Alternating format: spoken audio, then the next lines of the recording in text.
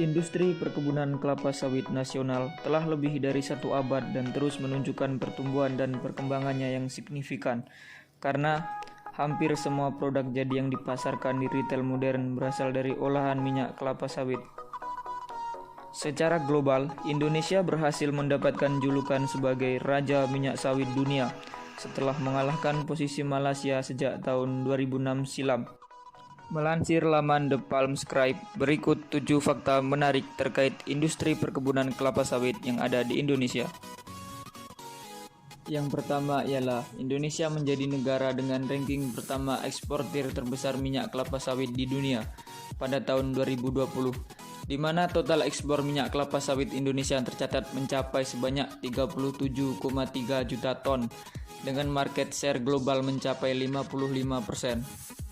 Yang kedua ialah Indonesia memiliki perkebunan kelapa sawit terluas di dunia, yakni mencapai 16.381.959 hektar. Dengan segitu luasnya, maka akan tercipta sumber daya alam yang sangat luar biasa. Fakta menarik yang ketiga ialah Indonesia adalah negara pertama di dunia yang berhasil mengimplementasikan B30, campuran 30% FAM dengan solar fosil.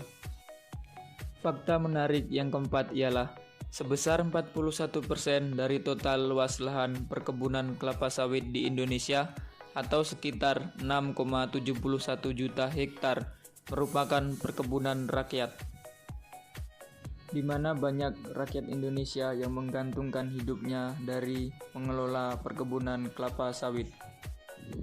Fakta menarik yang kelima ialah terdapat sejumlah 1.731 perusahaan perkebunan kelapa sawit yang terdiri dari 162 perusahaan besar negara dan 1.569 perusahaan besar swasta yang tersebar di 25 provinsi di Indonesia.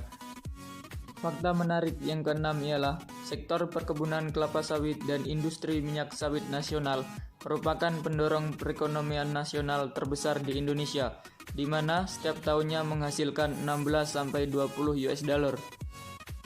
Fakta menarik yang terakhir adalah Indonesia memiliki lebih dari 700 perkebunan kelapa sawit yang dikembangkan di seluruh wilayah Indonesia.